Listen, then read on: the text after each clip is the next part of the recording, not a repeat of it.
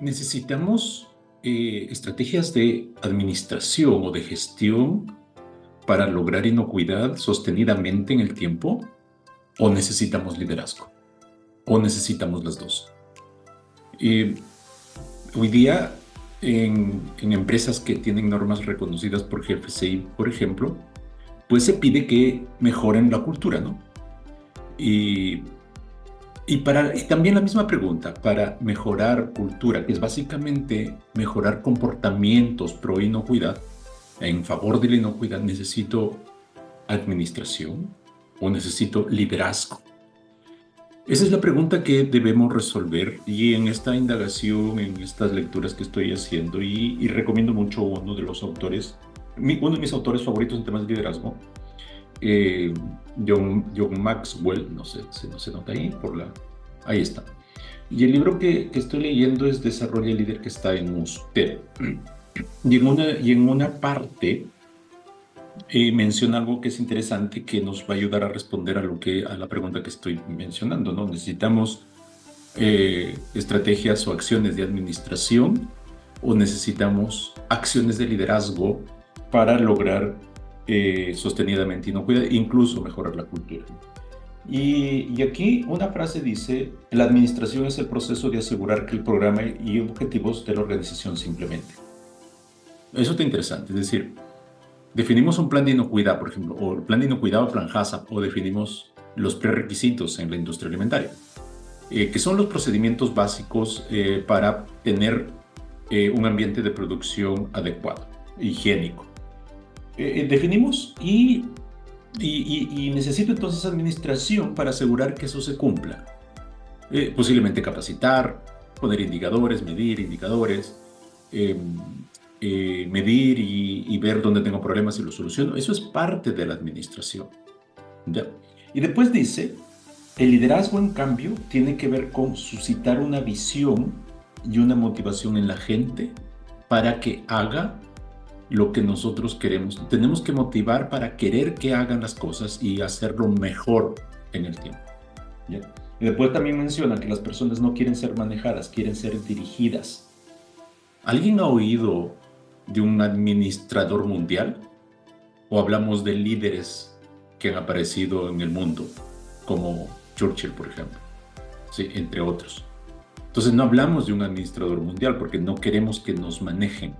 Queremos ser dirigidos y para eso se necesita acciones de liderazgo. El liderazgo no es en realidad un cargo, el liderazgo es un rol, pongamos así, que requiere, y eso también lo dice John Maxwell, cuando usted está en una posición para liderar, por ejemplo, básicamente cuando tiene personas a cargo, ya está en la posición para liderar. La pregunta es, ¿está liderando?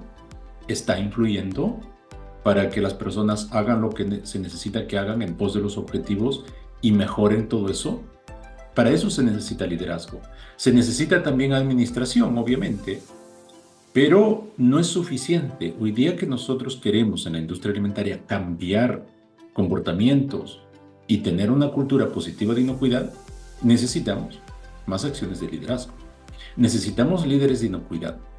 Y un líder de inocuidad, eh, obviamente, va a tener que administrar para definir los protocolos, asegurar que se apliquen, pero va a tener que influir para que las personas quieran hacer los protocolos. Por ejemplo, en la mayoría de empresas posiblemente tienen uno de los problemas típicos es que las personas no aplican los requisitos de higiene personal sostenidamente, es decir, todas las veces, todos los días. No lo hacen. La pregunta es, ¿por qué?